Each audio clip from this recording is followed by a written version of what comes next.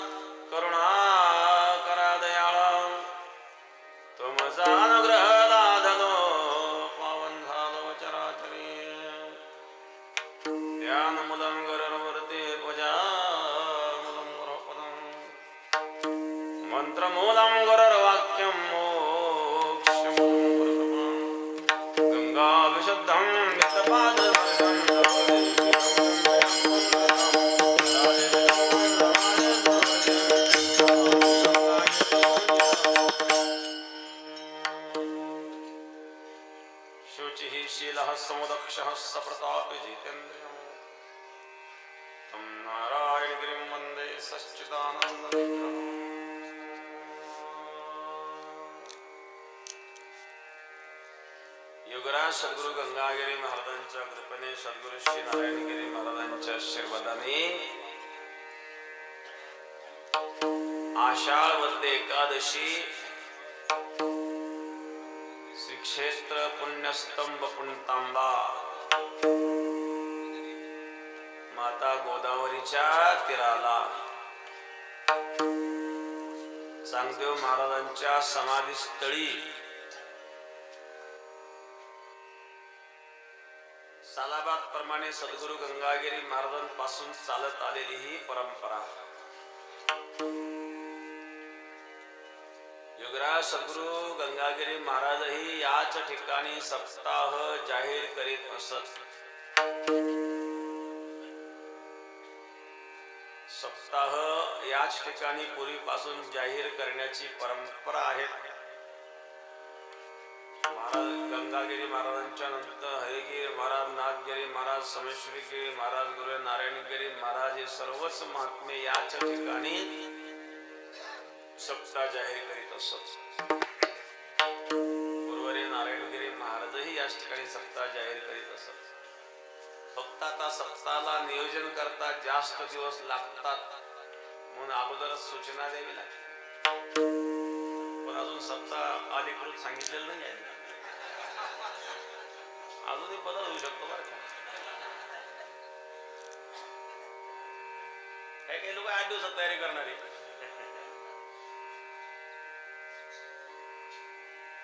जाहीर पुणतामेला होत असत. बेंड्याचा सप्ताह होता.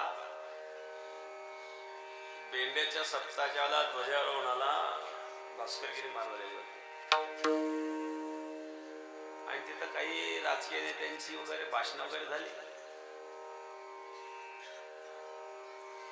भास्करगिरी महाराजांनी मला विचारलं, अशा प्रकारचा ध्वजारोहण प्रत्येक वर्षी होतं? म्हटलं हो.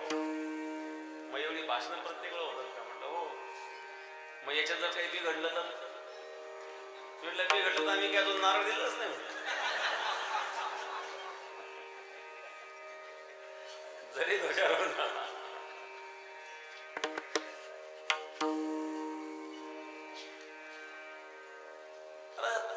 तात्पर्य सद्गुरू गंगागिरी महाराजांपासून चालत आलेली ही परंपरा, त्या परंपरेचा अवलंब आपण करतोय.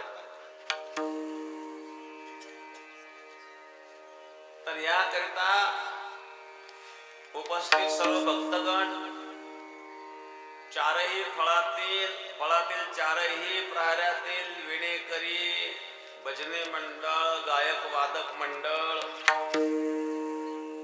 सर्व या ठिकाणी उपस्थित आहेत. पुणतांबेकर ग्रामस्थही आहेत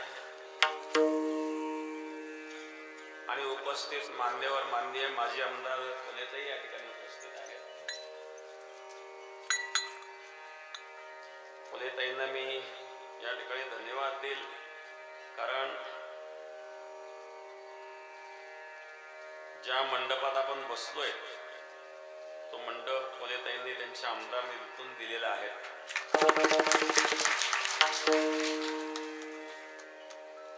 माननीय माजी आमदार भाऊसाहेब कांबळे देखील या ठिकाणी उपस्थित आहेत. आमचे धनंजय भाऊ जाधव शेतकरी संघटना अध्यक्ष, नीरज मुरकुटे, डॉक्टर धनंजय धनवटे, माजी सरपंच पुणतांबा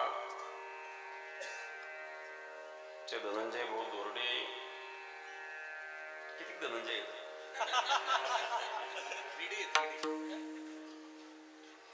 संतोष डहाळे, शिवसेना तालुका प्रमुख दिनकरराव पाटील बोरकडे खाली बसले.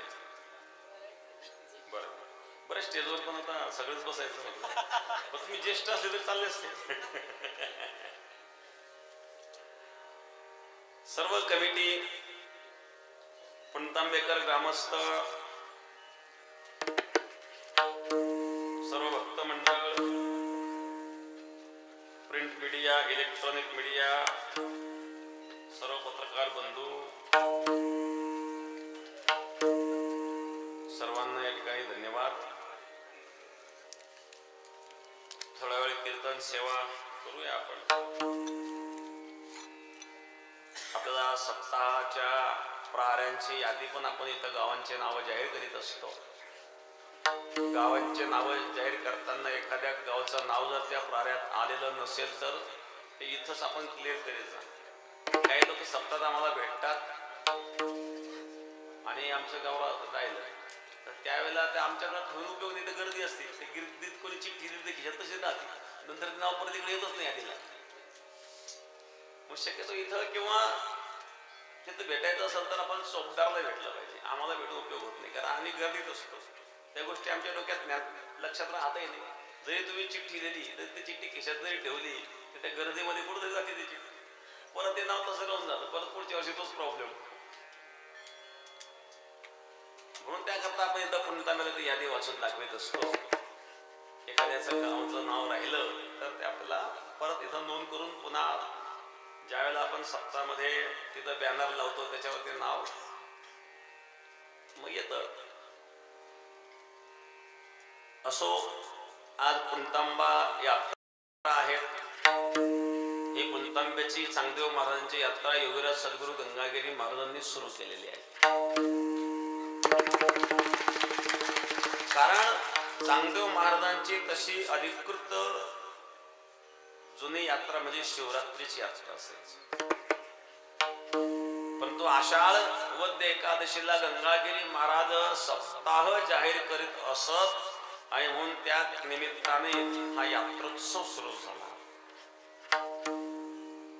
हे तर चांगदेव महाराजांची शिवरात्रीची यात्रा असते.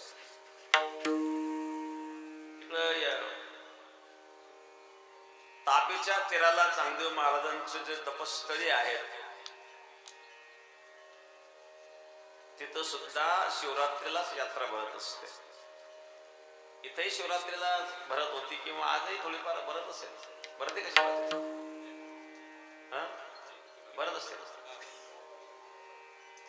ती मुख्य यात्रा होती पूर्वी शिवरात्रीची. आषाढ वद्य एकादशीची यात्रा ही गंगागिरी महाराजांमुळे सुरू झालेली आहे. आणि इथं वद्य एकादशीची यात्रा असल्यामुळं आपल्या बेटामध्ये शुद्ध एकादशीची यात्रा असते. नाही तर प्रत्येक आपण जर देवस्थान पाहिले म्हणजे संतांचं तिथं वद्य एकादशीलाच वारी भरत असते. तर बेटाची वारी शुद्ध एकादशीला असण्याचं कारण म्हणजे इथं वद्य असल्यामुळं शुद्ध एकादशीला बेटात एकादशीची वारी जात असते. अशा या आषाढ वद्य एकादशीच्या निमित्ताने चांगदेव महाराजांच्याच कृपेने चांगदेव महाराजांच्या दरबारामध्ये असणारा कीर्तन सेवेचा योग आहे. सेवेकरता घेतलेला अभंग जगद्गुरु तुकोबारायांचा 4 चरणाचा छोटासा अभंग आणि प्रेमाची मागणी करणारा अभंग. महाराज प्रेमाची मागणी करतात. मज भीक काही देवा प्रेम भातुके पाठव. मग प्रेमाचा व्यवहारात काय उपयोग? बसने प्रवास करताना कंडक्टरला या तिकीट काढा पैसे. हा म्हणला माझा तुझ्यावर फार प्रेम आहे. कंडक्टरला हे का माझी नोकरी जाईल प्रेम देऊन नंतर पुढं व्यवहार आहे तो. व्यवहाराच्या ठिकाणी असतो. कुठेही काही प्रेम चालत असतं का? व्यवहारात या प्रेमाचा काय उपयोग? आणि परमार्थामध्ये सुद्धा प्रेमाच्या व्यतिरिक्त अनेक साधनं सुद्धा सांगितले, अनेक मार्गही सांगितले. या ठिकाणी तुकोबारांनी प्रेमाची मागणी केली.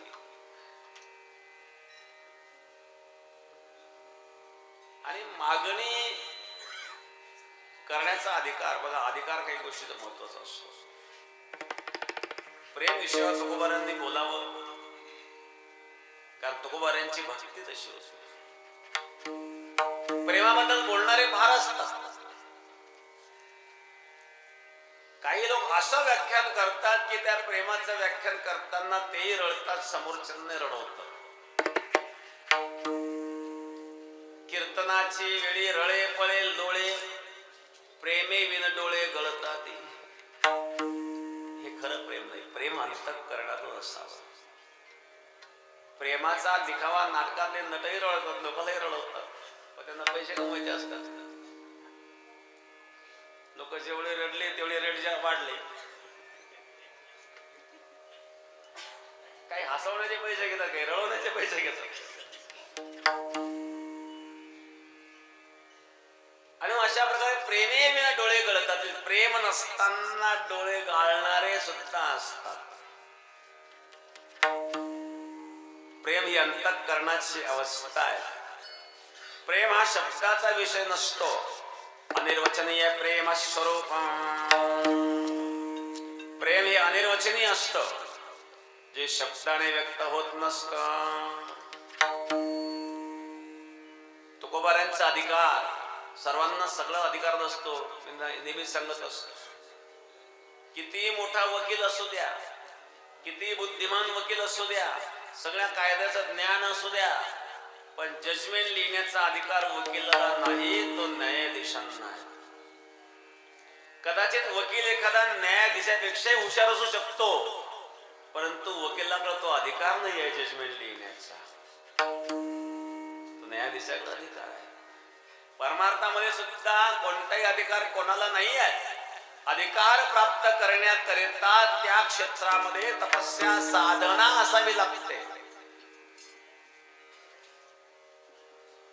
वेगवेगळे शास्त्र आहेत बघा.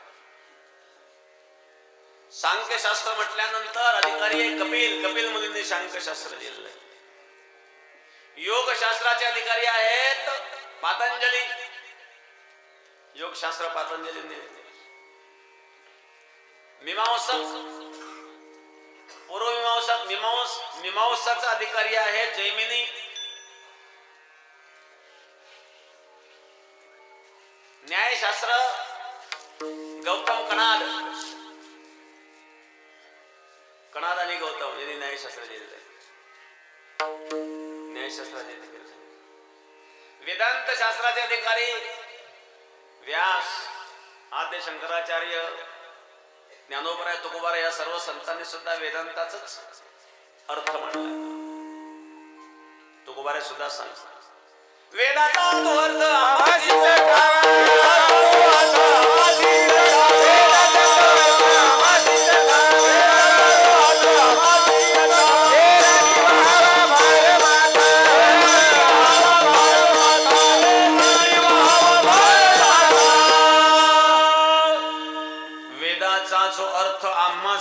ठावा एरा निव्हावा भार माता. वेदाचा अर्थ कळणं फार अवघड आहे. वैदिक परंपरेमध्ये पूर्व पक्ष उत्तर पक्ष या संवादामध्ये पूर्व पक्ष कोणता उत्तर पक्ष कोणता हे जर कळलं नाही, पूर्व पक्षाला जर उत्तर पक्ष मानलं तर अर्थाचा अनर्थ होतो. म्हणून वेदशास्त्राचा सुद्धा अधिकार पाहिजे. व्यास वशिष्ठ आदी, व्यास वशिष्ठ शुक सनत कुमार आदी, आद्य शंकराचार्य असतील, ज्ञानोबारायांनी सुद्धा हेच वर्णन केलं. व्यासाचा मागोवा घेतो भाष्यकाराचे वाट पुसतो. व्यास आणि शंकराचार्य यांनाच आदर्श माऊलींनी मानलेला आहे. तसं भक्ती प्रेमाचं वर्णन, कारण तुकोबारायांनी अशी भक्ती केली की प्रत्यक्ष भगवान परमात्मा तुकोबारायांच्या समोर प्रकट झाले. नको ब्रह्मज्ञान आत्मस्थिती नको ब्रह्मज्ञान आत्मस्थिती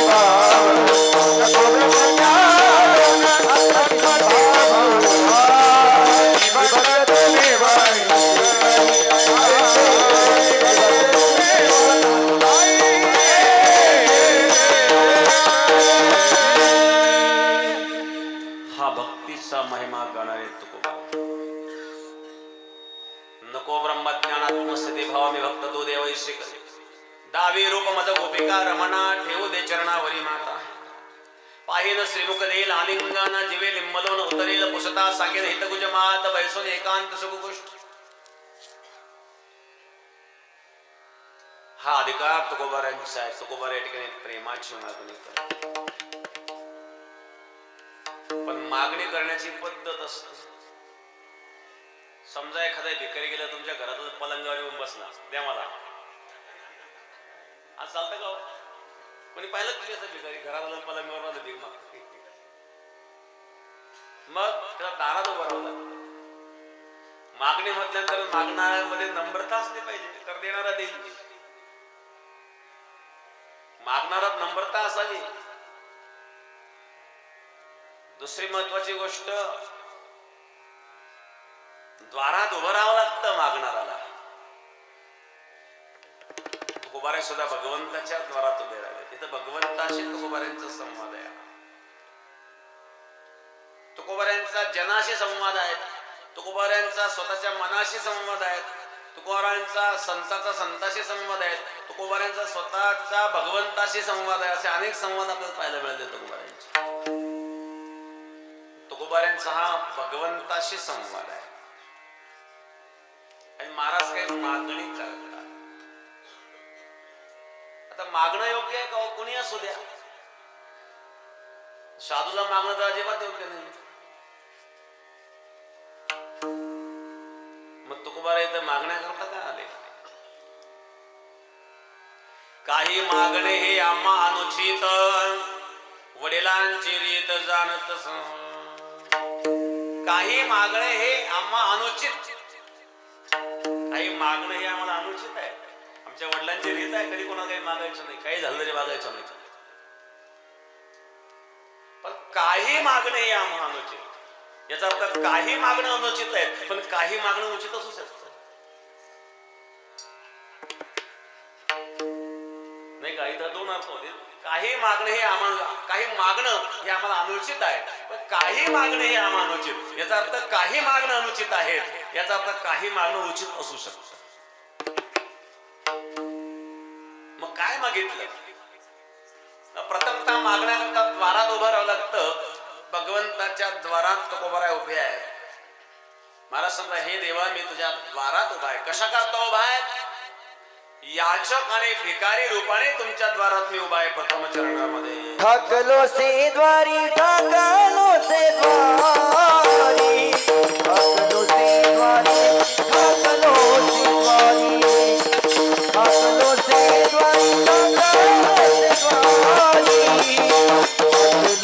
द्वारी, ठाकलो से द्वारी, ठाकलो से द्वारी, ठाकलो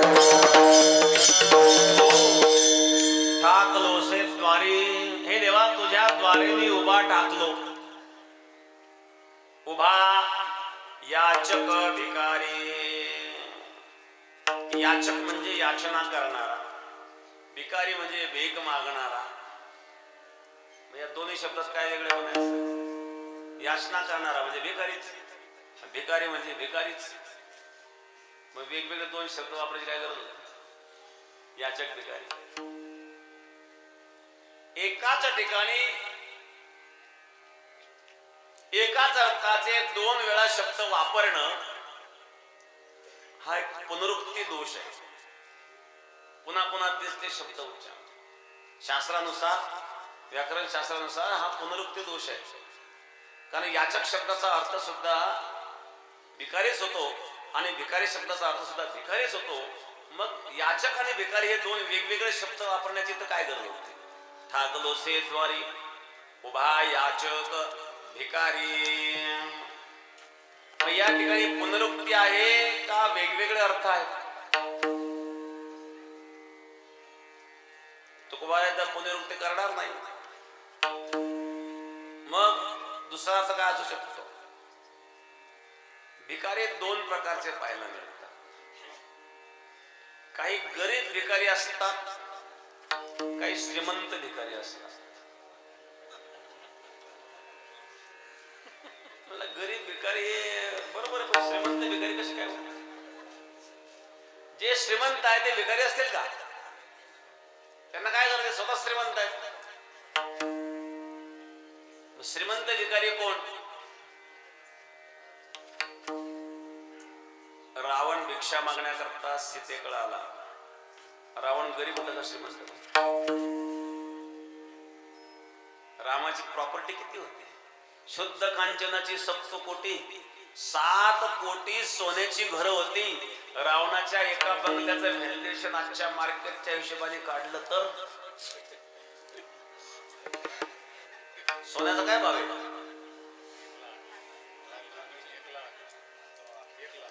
1 लाखच्या आसपास गेला. 1 लाख रुपयाच्या जवळपास गेला. तोळा नव्हतो.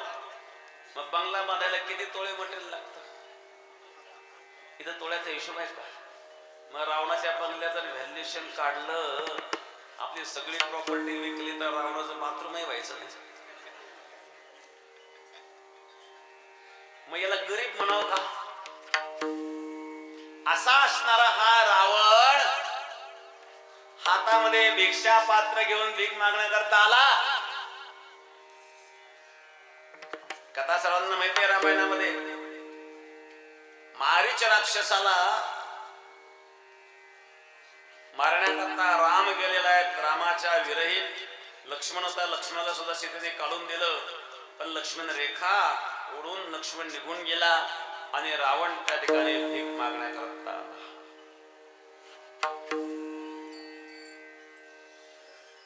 रावण भीक मागण्याकरता आला. एकाने प्रश्न विचारला, महाराज सीतेला एवढं कळत नव्हतं का की हरणाचं कातळ त्याची चोळी शिवण्याकरता सीतेने रामाला सांगितलं. सोन्याचं हरिण असू शकतं का? हरिण सोन्याचं असू शकत नाही. सीतेलाही माहिती आहे, हे रामालाही माहिती आहे. परंतु काही लीला असतात.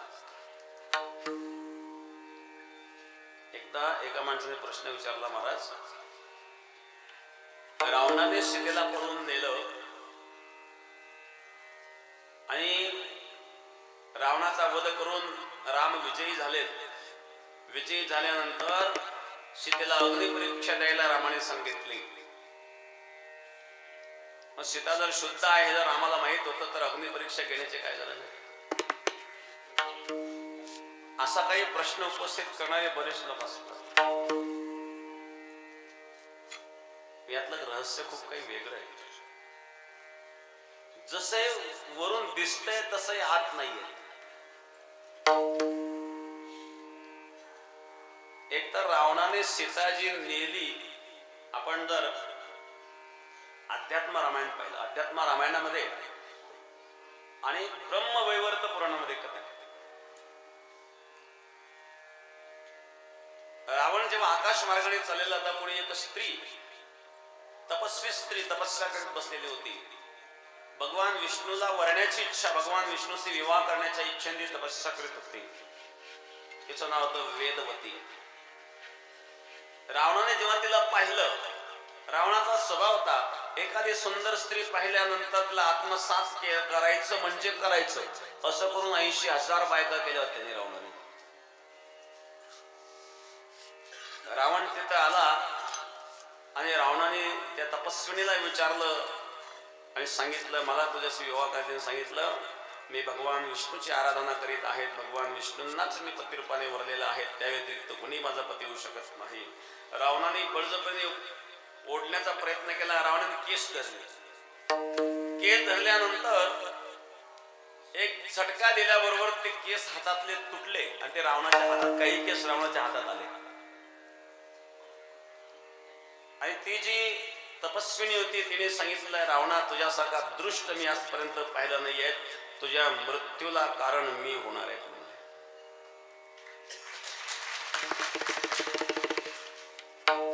आणि ही जी वेदवती होती ना,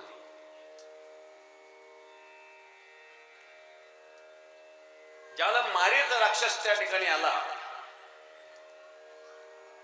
मारीच्याला पाहिल्यानंतर या प्रसंगाचं स्मरण रामाला झालं. काही कामानिमित्ताने रामाने लक्ष्मणाला काही काळ बाहेर पाठवलं आणि तेवढ्या क्षणामध्ये तिथं अग्नी पेटवला. ही कथा अध्यात्म रामायणात आली बरं. ही वेदवतीची कथा ब्रह्मवैवर्त पुराणातली मी सांगितली. आणि रामाने त्या ठिकाणी अग्नी पेटवला आणि सीतेने त्या अग्नीत प्रवेश केला. सीता अदृश्य झाली आणि त्या अग्नीतून दुसरी सीता बाहेर आली. ती म्हणजे छाया सीता, ती म्हणजेच ही वेदवती होती. आणि त्यानंतर लक्ष्मणाला, हा घडलेला प्रकार लक्ष्मणाला माहित नाही. सीतेमध्ये जो बदल झाला, रामाने अग्नी प्रज्वलित केला आणि मूळ सीतेने अग्नीमध्ये स्वरूप आपलं विलीन केलं आणि त्या अग्नीतून दुसरी सीता बाहेर आली, ती छाया सीता. रावणाने जी पळून नेली होती ती ही छाया सीता होती. आणि रावणाला मारण्याची तिने शपथ घेतलेली होती, तुझ्या मृत्यूला कारण मी होणार आहे, म्हणून ती खरी सीता नव्हती. रावणाने जी पळून नेली ती खरी सीता नव्हती. जिने शपथ घेतली होती रावणाला मारण्याची, ती सीता बनून आलेली होती. आणि ज्या वेळेला रावणाचा पराजय झाला, रावणाचा मृत्यू झाल्याच्या नंतर मूळ सीतेला परत करण्याकरता रामाने अग्नी परीक्षा द्यायला सांगितली. त्या अग्नी परीक्षेमध्ये जी छाया सीता होती ती अदृश्य झाली आणि तेव्हा त्या अग्नीतून मूळ सीता बाहेर.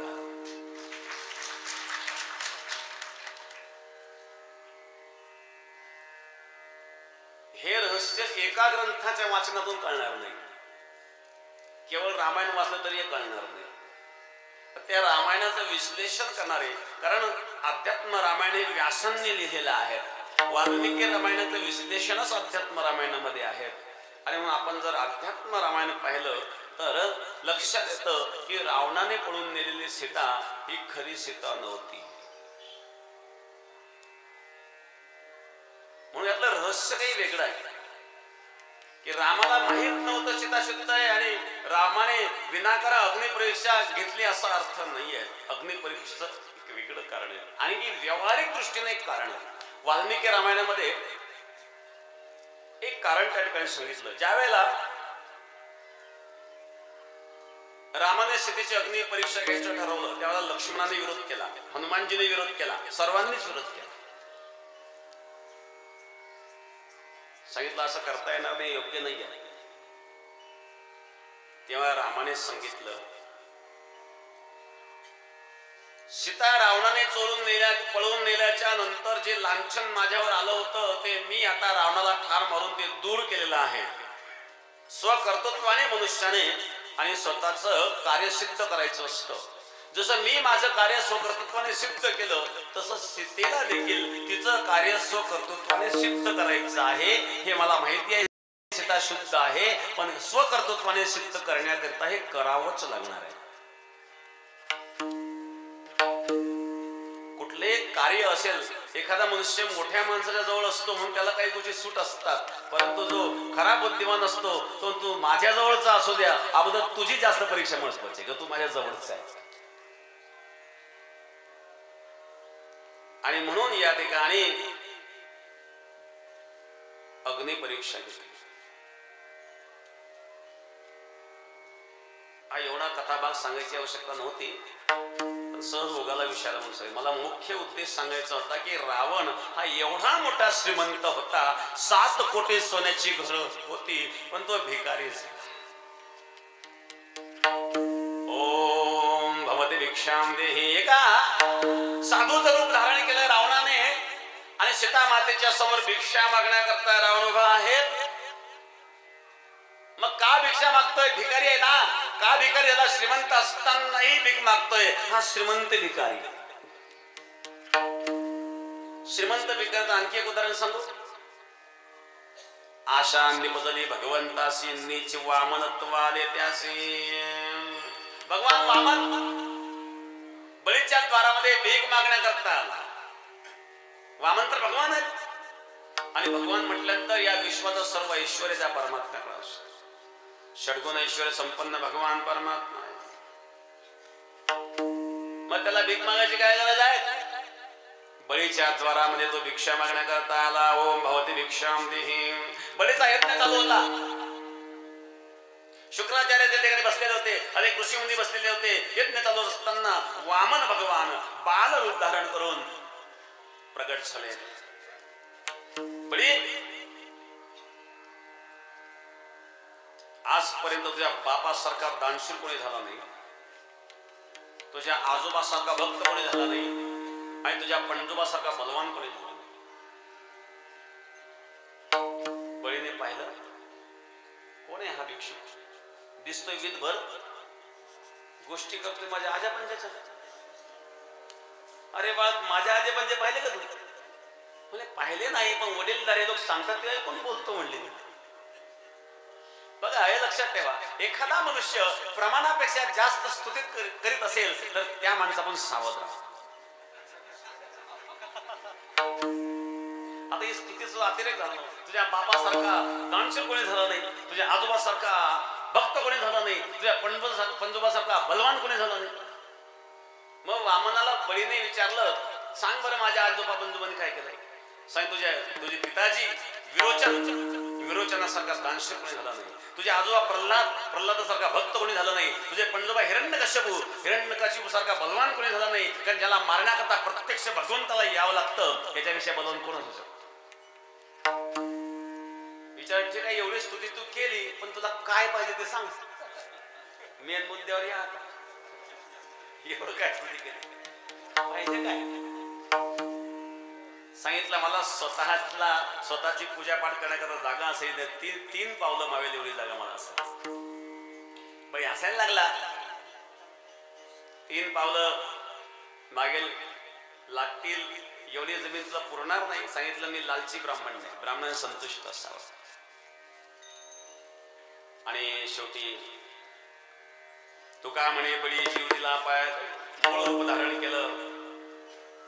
स्वर्ग मृत्यू पाताळ तिन्ही लोक या त्रिपाभूमीतून संपवले आणि बळीच्या मस्तकावर पाय ठेवला आणि बळीला पाताळात घातलं. कथा सर्वांना माहीत आहे. त्याला बळीची माता धावत आली. भगवान घाबरले, हिच्या मुलाला पण पाताळात घातलं की आपल्याला शाप देते का काय? कारण तुका म्हणे, पतिव्रता त्याची देवावरी सत्ता. बळीच्या मातेने सांगितलं, घाबरू नका, मी तुम्हाला शाप देण्याकरता आलेला नाहीये, मग माझा पराक्रम सांगायला आलेला आहे. बली हुई सती नहीं गई विरोचन के साथ, ऐसा पुत्र पैदा किया कि प्रभु बसारे हाथ. ज्यावेळेला माझे पती विरोचन यांचा मृत्यू झाला, मी सती जाण्याकरता निघाले होते. लोकांनी मला रोखलं कारण मी गर्भवती होते. सांगितलं, तू जर सती गेली तुझ्या उदरातलं बाळ सुद्धा मरेल. पण बरं झालं मी सती गेली नाही. ऐसा पुत्र पैदा किया की प्रभू पसारे हात.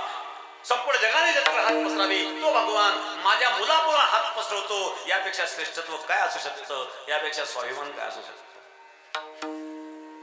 भगवान परमात्मा सुद्धा बळीच्या द्वारामध्ये भिकारी झाला. दान मागतोय, भक्तापुढे भगवान भिकारी होता. शुद्ध भावने जे अर्पण केलं गेलं, भगवान समर्पित भावनेने त्याचा स्वीकार करा. भावे तुळशी दळ पाणी जोडा, भावे तुळशी दळ पाणी जोडा, पाणी जोडा, भावे तुळशी दळ पाणी जोडा, भावे तुळशी दळ पाणी जोडा,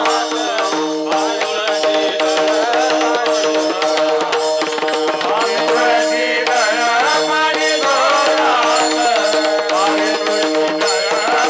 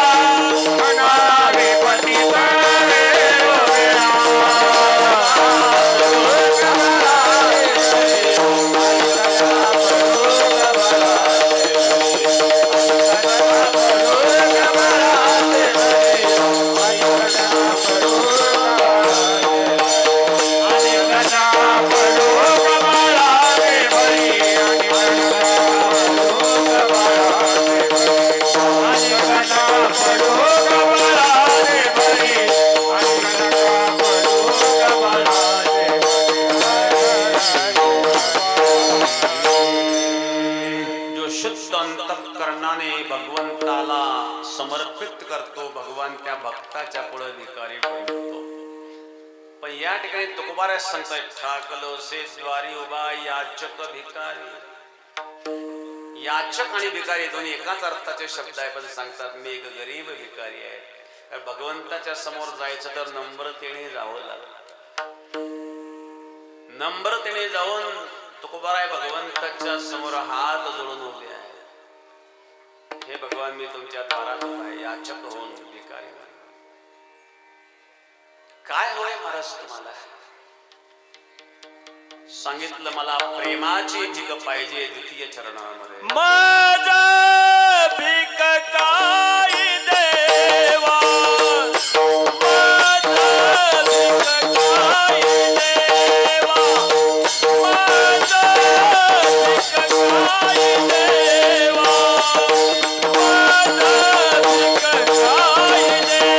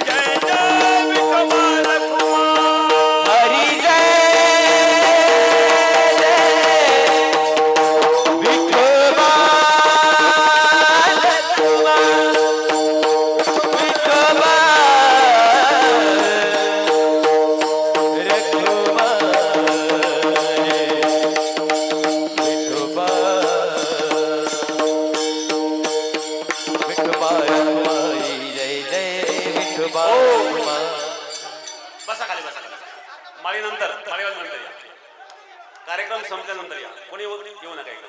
विठ्ठल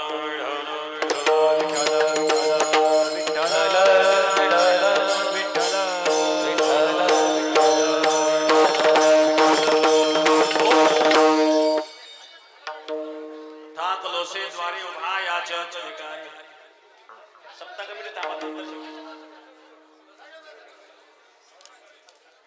वर गर्दी करू नका, जागा कमी आहे. मज भीक काही देवा प्रेम भातुके पाठवा. तुकोबा या ठिकाणी सांगतात, हे प्रभू मला भीक दे. कशाची भीक? म्हणे प्रेमाची भीक. मग बाकीचं का नाही मागितलं? एक तर तुकोबाऱ्याकडे धनाची कमी होती, धन मागून द्यायचं. कारण भगवान परमात्मा जेव्हा पाहुणे म्हणून आले, पाहुणचार करायला काहीच नव्हतं. मोडकी बाळ, तुटकी दोरीन, फाटकी गोदडी. पाहुण्या घराशी आजी आली ऋषी कशी काय करू उपचार. पाहुण्या घराशी आजी आली ऋषी कशी काय करू उपचार. काय करू उपचार, काय करू उपचार.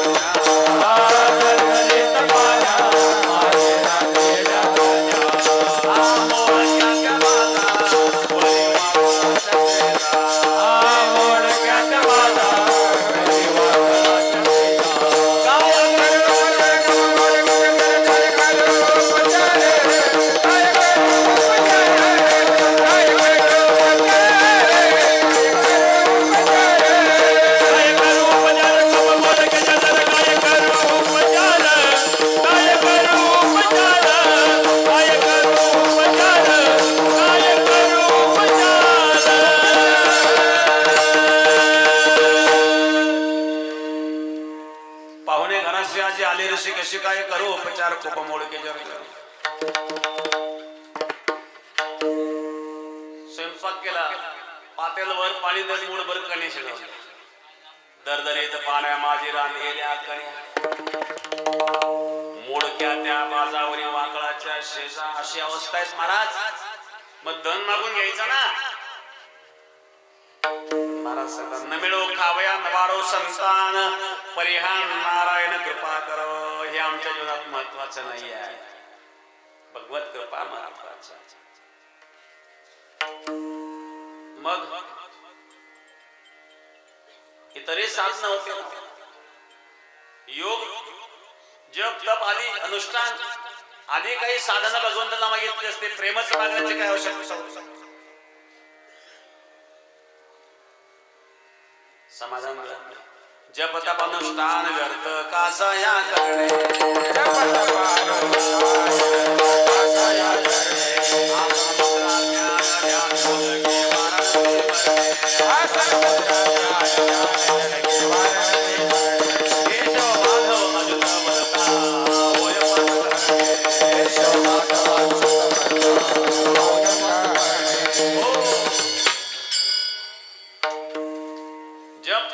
व्यर्थ कासया करणे तीर्थव्रत यम देव नलगे देवे आसन मुद्रा ज्ञान त्या नलगे वारस. केशव माधवाची तवलता होय पाठ हा नामाचा महिमा. अष्टांग योगेन शिणीजे यमनेव निरोधन न केजे. रया वाचा गीत गायजे, वाचा गीत गायजे. गाता वाता श्रवणे ऐकिजे रया. या शुद्ध प्रेमाची विशुद्ध प्रेमाची मागणी तुकोबाऱ्यांनी केली. मज भीक काही देवा प्रेम भातुके पाठवा. भगवंताला ज्ञानी भेटतील, अनेक ज्ञानी आहेत. पण त्या ज्ञानांच्या मध्ये सुद्धा भगवंताला समाधान नाही आहे, जे प्रेमात आहे. विदुर महाराज होते. भगवान परमात्मा विदुराच्या घरी गेले. विदुराची दाराची कडी वाजवली. विदुर काका, दरवाजा उघडा. विदुर बाहेर गेले. विदुराची पत्नी होती सुलभा. सुलभा ही स्नान करीत होती. भगवान दारात आले. कडी वाजवत आहेत बाहेरून. विदुर घरात नाहीये. काय भक्ती आहे? भक्ती अशी असावी की भगवंतानी आपल्या दाराची कडी वाजवली. ही विदुराची भक्ती आहे. भगवान विदुराच्या घरी आले. दाराची कडी वाजवली. विदुर काका, दरवाजा उघडा. विदुर घरात नाही. विदुराची पत्नी सुलभा स्नान करीत होती. भगवंताचा आवाज ऐकल्याबरोबर स्नान करता करता तशीच आली बाहेर, बिगर कपड्याची. दरवाजा उघडला. तिला भानच नाही. आसन टाकायचं भान नाही. भगवंतानी हाताने आसन घेतलं आणि भगवान बसले आणि ती भगवंत शेजारी बसली. भगवंताला देण्याकरता केळं आणले. त्याने केळी सोलून त्या केळ्यातला गाभा फेकून देऊ लागली. टरकल्याच्या हातात. भानच नाही. भगवान ते टरकल खातायत. काय स्वाद आहे म्हणले केळीचा. आणि तेवढ्यात विदुर बाहेरून आले आणि विदुराने पाहिलं भगवान बसलेले आहेत. भगवंताच्या हातात ही केळाची टरकल दिसली. ते केळ्यातला गाभा फेकून देते. एक तर बसली तर शेजारी बसली तर दिसली अंगावर कपड्याचा पत्ता नाही. अशी बिगर कपड्याची बसली. विदुर म्हणले, सुलभा तू भांडावर आहे का?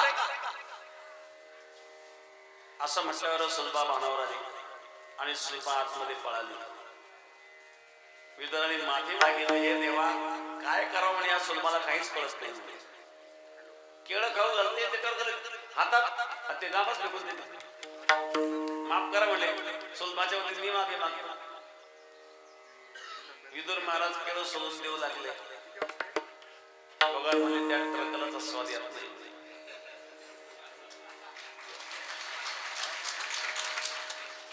भक्ताचं प्रेम हा भगवंताला सुद्धा अधीन करीत असतं. अहम भक्ता पराधीना. भगवान सांगतात मी स्वतंत्र नाही आहे, मी भक्ताच्या अधीन आहे. विठाला विठाला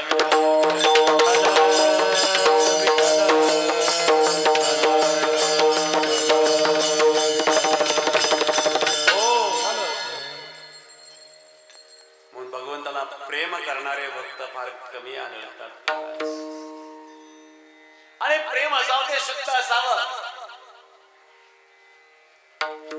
या शुद्ध प्रेमाची मागणी करतायत महाराज. मज भीक काही देवा प्रेम भातुके पाठ. कोणी मोक्ष का नाही मागितला हो? दुर्लभ मोक्ष आहे. मोक्ष प्राप्त करण्याकरता शास्त्राचे भांडण, तपतीर्थाटन, पूर्वीचे भ्रमण याजसाठी जप, याजसाठी तप, व्यासे अमुप ग्रंथ केले.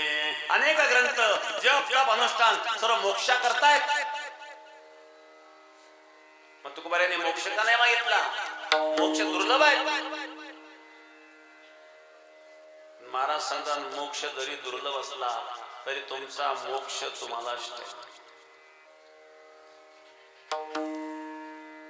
मोक्ष तुमचा देवा तुम्हा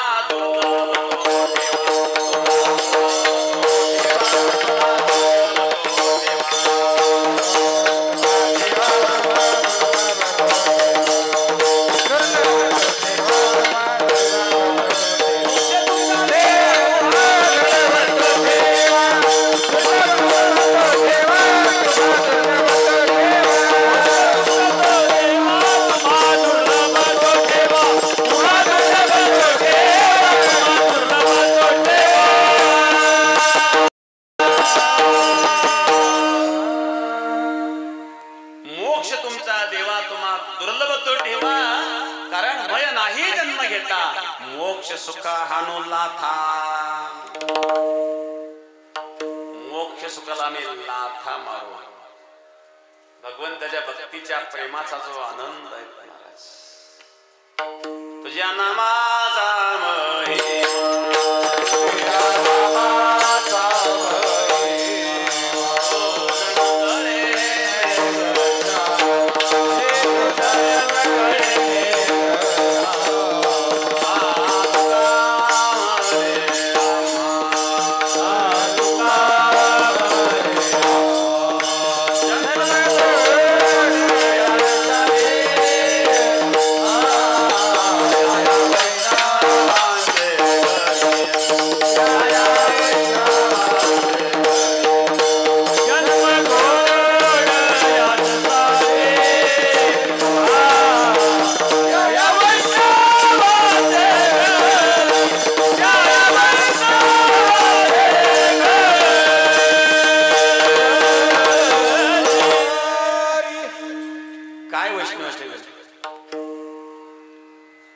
वैष्णवांच्या घरी प्रेम सुख इच्छा करे रिद्धी सिद्धी द्वारी करजोनी तिष्ठती.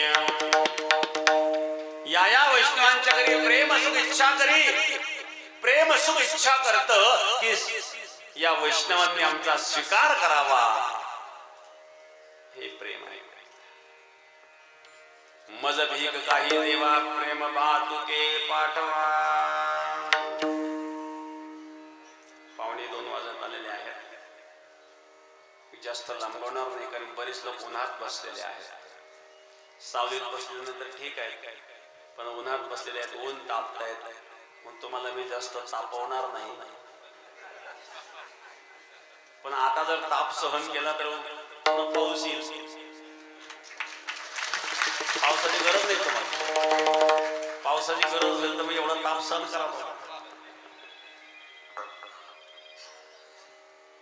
एखादा पाऊस जर सप्ताच्या अगोदर हात मोकळे म्हणून लोक सप्ताला येत. सप्ताह अजून जाहीर झालेला नाही बरं का.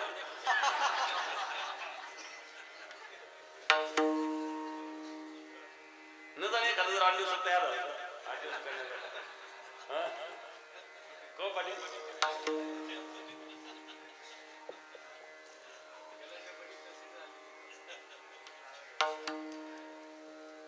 नारळ घ्यायला काही आले नाही म्हणतात. सप्तकृषी शनी देवगाव चेंडूफळ वगैरे ज्या परिसरातून आलेले जे लोक आहेत हे नारळ घ्यायला आले, पण अजून जाहीर झालेलं नाही. आम्ही केलेलं नाही जाहीर. हे तर नियम माहित तयार होत असत. मज भेग काही देवा प्रेम भातुके पाठवा. प्रेमाची मागे दान देण्याच्या सुद्धा काही पद्धती आहेत. सात्विक दान, राजसी दान, तामसी दान, 3 प्रकारचे दान असतात. काही लोक दान देतात, परंतु दान दिल्यानंतर त्यातून काय मिळेल याची अपेक्षा असते. ब्राह्मणाला दान द्यायचं, पण आपल्या जवळच पाहिजे. बाहेरच्याला दिलं तर मग जवळचा असला म्हणजे तुम्ही फुकट सत्यनारायण करून घेते.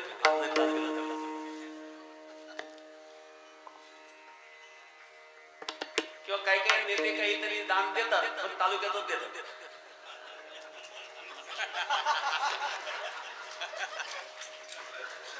तालुक्याच्या बाहेर उपयोग नाही.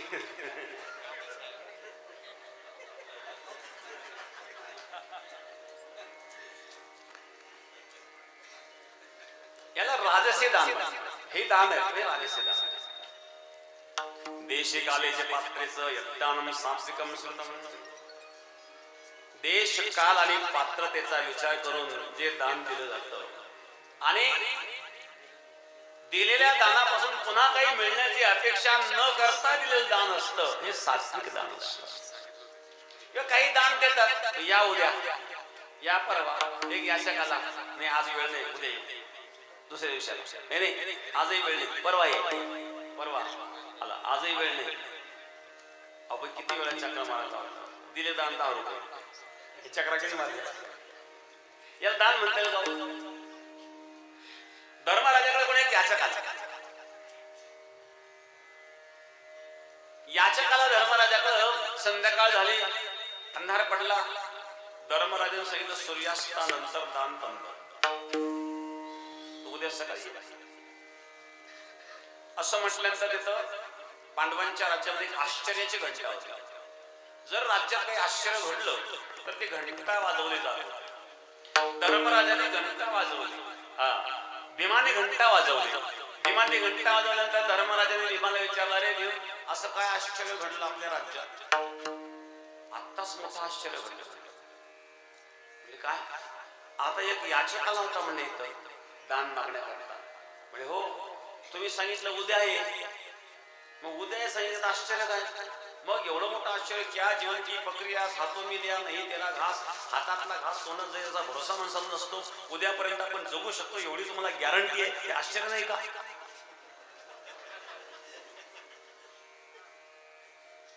धर्माला लक्ष आहे, धर्माला मी बोलवत आहे आजकाल हातात घेऊन. याचा अर्थ दान देताना दान देणार नाही. बघा तुकोबारे तो हात घालतायत, मी तुम्हाला दान मागतोय, तुम्ही देणार आहेत, पण तुम्ही ज्या पद्धतीने देणार त्या पद्धतीने घेणार नाही. दान बघा, भिकारी सुद्धा स्वाभिमानी पाहिजे. मी तुमच्या दारात भिक मागण्याकरता आलोय, हे खरं आहे. दान मागण्याकरता हे खरंय, तुम्ही देणार आहे हे मला माहिती आहे. परंतु एखादा दाता जर याचकाला एरधारा घडायला लावित असेल तर तो त्या याचकाचे उपचार करून घेत असतो.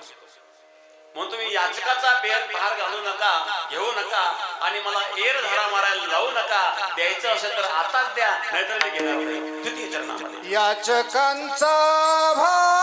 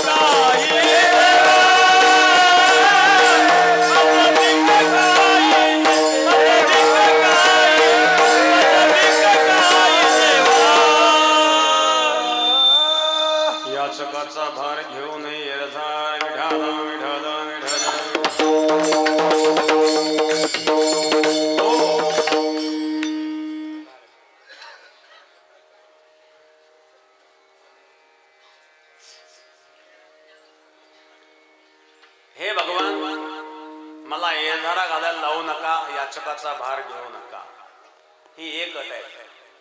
दुसरं कारण सांगितलं, दान द्यायचं तर द्या. काही लोक दान देतात पण परत फेडीची अपेक्षा करतात. परतफेडीची अपेक्षा करणं याला दान म्हणत नाही.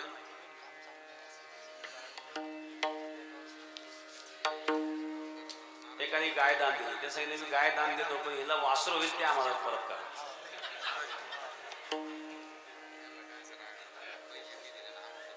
त्याला याच्यात तू कन्यादान करता म्हणतो का आता मी तुम्हाला मुलगी देतो पण हिचा मुलगा आम्हाला द्या. याला दान म्हणतात का? याला दान म्हणत नाही. तसं काही लोक दान देतात पण दान देण्याच्या अगोदर कामच करून घेतात. महाराज सांगतात दान द्यायचं असेल तर दे पण सेवा न घेता दान दे शेवटच्या चरणामध्ये. तुका म्हणे दान तुका म्हणे दान तुका म्हणे दान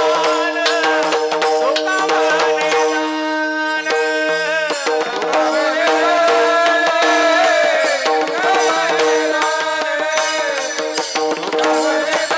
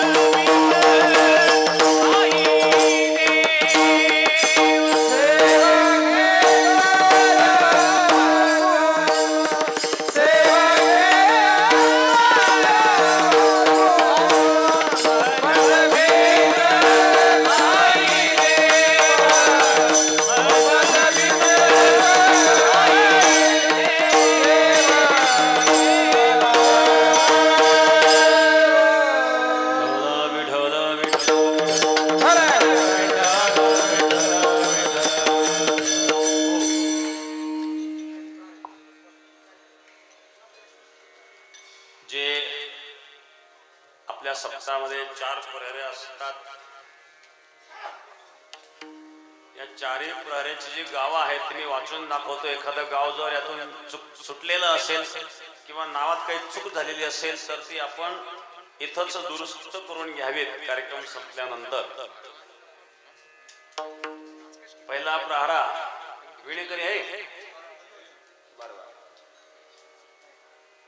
पहिला प्रहरा नरहरी रांजणगाव, सराला, किरतपूर, मल्हारवाडी, कुळसरगाव, नगिना पिंपळगाव, पोटोळ, खंडोबावाडी, मुद्देशवाडगाव, भायखेडा, देवठाण, धामोडे, वरखेड, वाहेगाव, मालगाव, खंबाळा, काटेपिंपळगाव, अकोले वाळगाव, टेंबी, रांजणखोल, भोकर, माडेवाडी, देरडे चांदवळ, उंदेरगाव, पांढरी वस्ती वाकडी, चांदेगाव, भेवगाव, गाळी पिंपळगाव, थोर वाघलगाव, नागमठाण, बल्लाळी सागज, एकोळी सागज, वैजापूर, कापूसवाळगाव, डाक पिंपळगाव, दहेगाव, मातुलठाण, रामपूर, गुहा, भामाठाण, चिंचोली, मंगळवाळगाव, वडळा महादेव, निमगाव, खैरी, डवाळा, मुसळवाडी, शनिदेवगाव, भवानी वाळगाव, ब्राह्मणगाव, वेताळ, जातेगाव, कमलपूर, मालुंजा बुद्रुक, खानगाव, मालुंजा खुर्द, माळी भोगरगाव, पानवी बुद्रुक, वक्ती, ब्राह्मणगाव भांड, जोड बोरसर, बेर्डे कोऱ्हाडे, पानव, शिरसगाव निंबाळकर, देवळाली प्रवरा, नांदूर, सावखेळ गंगा, गोंधवणी, चिंचळगाव, उक्कलगाव, शिरसगाव शिवना, उनतगाव, वडझरी, पाथरे, डोक नांदूर, हनुमंतगाव, मालगाव, नादी, शिवराई, गोळवाडी, पालखेड, अमिनाबादवाडी, नांदेडा, नांगरे बाबूगाव, घोडेगाव, शिरेसायगाव, जाफराबाद, गोवर्धन, वडदुंबरगाव, खानापूर, नायगाव, अवलगाव, गाढेवस्ती, येलमवस्ती, पळसवाडी, अखातवाडा, देभेगाव, अंतापूर, देवळाने, घायगाव, टाकडीबिया, कनकसागज, बाभळगाव गंगा, भोगरगाव, शेळके वस्ती, वाकडी, नांदगाव आश्रम, खरळगाव, शिरेगाव, चिंचखेडा, टाकडीभान, विठ्ठलवाडी, नारवाडी, कौडगाव, गाडे वस्ती ढोक नांदूर, सावंत वस्ती पानवी, अव्वलगाव आलेलं आहे, बेल पिंपळगाव, ने वस्ती नांदूर, भामाठाण, इंगळे वस्ती वैजापूर. हे झालं पहिला प्रहारा. थांबा 5 मिनिटात होऊन जाईल. 5 मिनिट थांबा. दुसरा प्रहारा वेळेकरी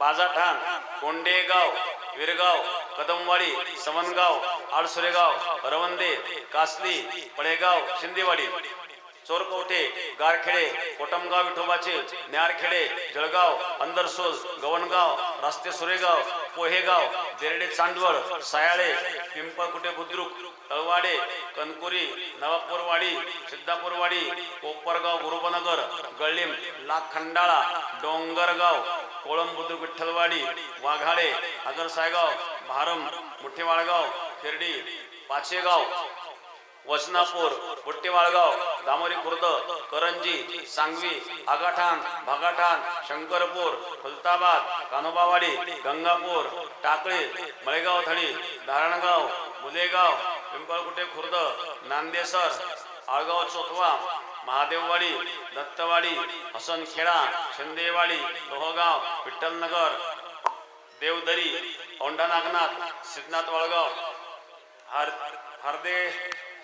हरदेवाडी हरदेवाडी, गुजरवाडी, खरवंडी, भैरोबावाडी, मायगाव देशमुख, पांजरवाडी, वळगाव, लक्ष्मीनगर, गवणगाव, मांजरी, कोळंब बुद्रुक, शिंगी, पिंपरी, जामगाव, सावेलवीर, सटाणा, जांभरगाव, संवत्सर, शिंगणापूर, मस्की, फकीराबादवाडी, लाडगाव, कांधेगाव, हनुमानवाडी, साखरवाडी, रामवाडी, दायगाव, हरिरामवाडी, रेंडाळा, गुंजाळवाडी, वांजरगाव, देवडी, जळगाव, शहापूर,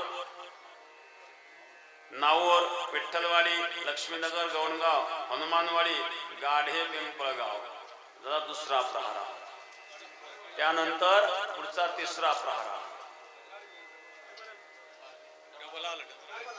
डबल आलं असेल तर ते क्लिअर करून घ्या. तिसरा प्रहारा वेणेकरी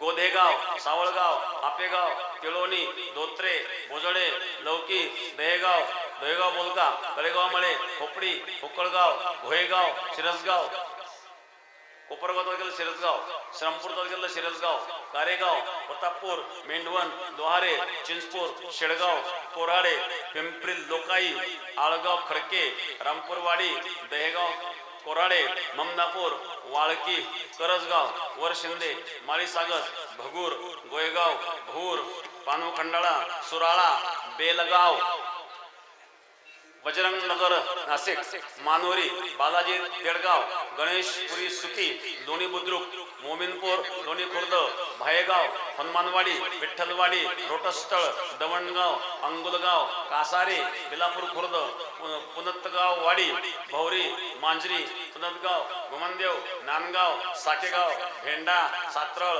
कानोरे, गळदे आखाडा, देवपुडी, दत्तनगर, बदापूर, अनकुटे, तांदुळवाडी, मसोबावाडी, श्रीरामपूर, कानेगाव, तुकोबाचे, शिर्डी, औरंगपूर, रोटेगाव, भगगाव, नेवरगाव, भालगाव, मेंढी, बगडी, हातमळी, गदाणे, कोळगाव, देवठाणे, उंदीरवाडी, बोगटे, दुगलगाव, कुसवाडी, पिंपळगाव, जलाल, येवला शहर, मिरगाव, कनळगाव, इंगळवाडी, तरुले, निमशेवाडी, हनुमंतगाव, चांदेगाव, जवळके, कनकुरी, बहादरपूर, रहाडी. त्याचमुळे भैरवनाथवाडी, अवधूत चिंतन देवस्थान, वैजापूर, तळेगाव, मळे, वेडापूर, पात्रे बुद्रुक, पात्रे खुर्द, वारेगाव, मळे बुद्रुक, कोळगाव, माळ, सिन्नर तालुका. काही नवीन गाव या ठिकाणी घेतलेले आहेत. तर अशा प्रकारे या तिसऱ्या प्रहाराची यादी आपण वाचून दाखवलेत. चौथा प्रहारा वेणेकरी हजर आहेत. लाखगंगा, कांगोनी, वगदी, कोळपेवाडी, आळगाव, निर्मळ पिंपरी, डांगेवाडी, काकडी, रस्तापूर, चांगदेवनगर, चौधरीवाडी, जळगाव, पांजणदेव, केलवड, खडकेवाके, तळेगाव दिघे, वडझरी बुद्रुक, वडझरी खुर्द, सारता खंडोबा, पुणतांबा, उंबरी, खानगाव, दत्तनगर, पाथरे, चितळी, रांजणगाव खुर्द, मंगळापूर, कनोली, बाबुळेवाडी, कोलार बुद्रुक, मळेगाव हवेली, वळगाव पान, निळवंडे, गोगलगाव, सादतपूर, नांदुरखी, वारी, भरतवाडी, शिंगवे, नपावाडी, तिडीवाडी, सडे, पिंपळवाडी, अष्टगाव, मोरवाडी, गणेशनगर, गोगलगाव, मगरवस्ती, चेंडूफळ, जेऊरकुंभारी, कोकमठाण, उरणगाव, दवणगाव, बापतारा, कोल्हेवाडी, रहीमपूर, जोरवे, कुंभारवाडी, डिग्रस, कोळवाडे, चौधरीवाडी, अंभोरे, हिंगोणी, मालुंजे, जाकुरी, ओझर बुद्रुक, ओझर खुर्द, वाकडी, तरकसवाडी, दुर्गापूर, राहुरी कारखाना, चव्हाण वस्ती, रस्तापूर, खडकवागलगाव, खडक करून घ्या, वडाळी, चाळकवाडी, कनकापूर, धनगरवाडी, राहुरी, साकुरी, नाराळा, सुरेगाव, मिरजगाव, लिंगदेव, संजीवनी कारखाना, एकरुखे, सोडकेवाडी, नाटेगाव, नारंगपूर, दिघी, सोनगाव, पिंपळस, समनापूर, राजुरी, तांदळी, खडकी, खंडाळा, चाणगाव, वीरभद्रवाडी, चणेगाव, रणखाम, पानोडी, नागापूरवाडी, चंद्रापूर, जोडेगाव, अनकाई, बाबळेश्वर, राहाता, जांभूळवाडी, कासारे, गोपाळवाडी, जाधव वस्ती, शिंगवे, कोपेश्वर, हरिरामवाडी, धारणगाव, कुंभारी, चौथा प्रहरा. चारही प्रहराची नावं मी या ठिकाणी वाचून दाखवलेली आहे. एखाद्या गावाचं नाव चुकलं असेल दुरुस्ती करून घ्या, राहिलं असेल तर या ठिकाणी येऊन सूचना करा. हे बघा, मी साती गावांना विनंती करतो, आपण नारळ घेत असताना इकडे समोर बरोबर साती गावाचे सद्गुरु गंगागिरी महाराज 178 अखंड हरिनाम सप्ताह पूर्ण खाली उभे राहा आणि सप्ताहाचं नारळ घेण्याकरता या ठिकाणी आलेली गावं. द्यायचं का नारळ?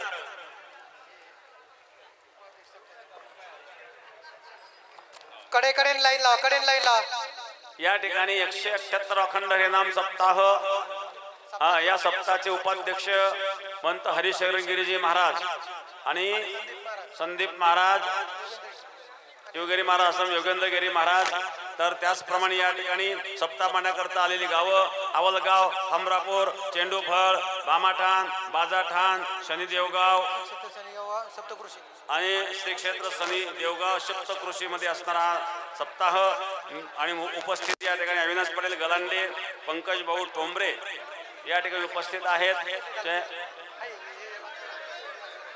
हे बघा, या असं करा. लक्ष्मणराव सगळे आले पाहिजे साबळे फोटोमध्ये, कोणतांबा सगळे असे यांच्याकडून आळंदीच्या कामात इकडे सरका. तर इकडे योगीराज सद्गुरु गंगागिरी महाराजांचा 178 अखंड हरिनाम सप्ताह सप्तकृषी श्री क्षेत्र देवगाव शनी, चेंडूफळ, बाजाठाण, हमरापूर, आवलगाव, कमलपूर आणि बामाठाण अशा या 7 गावांनी मिळून हा सप्ताह घेतलेला आहे.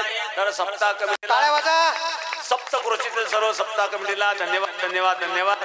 सप्ताह कमिटी, आपण या ठिकाणी सप्ताहाचं नारळ घ्यायचं.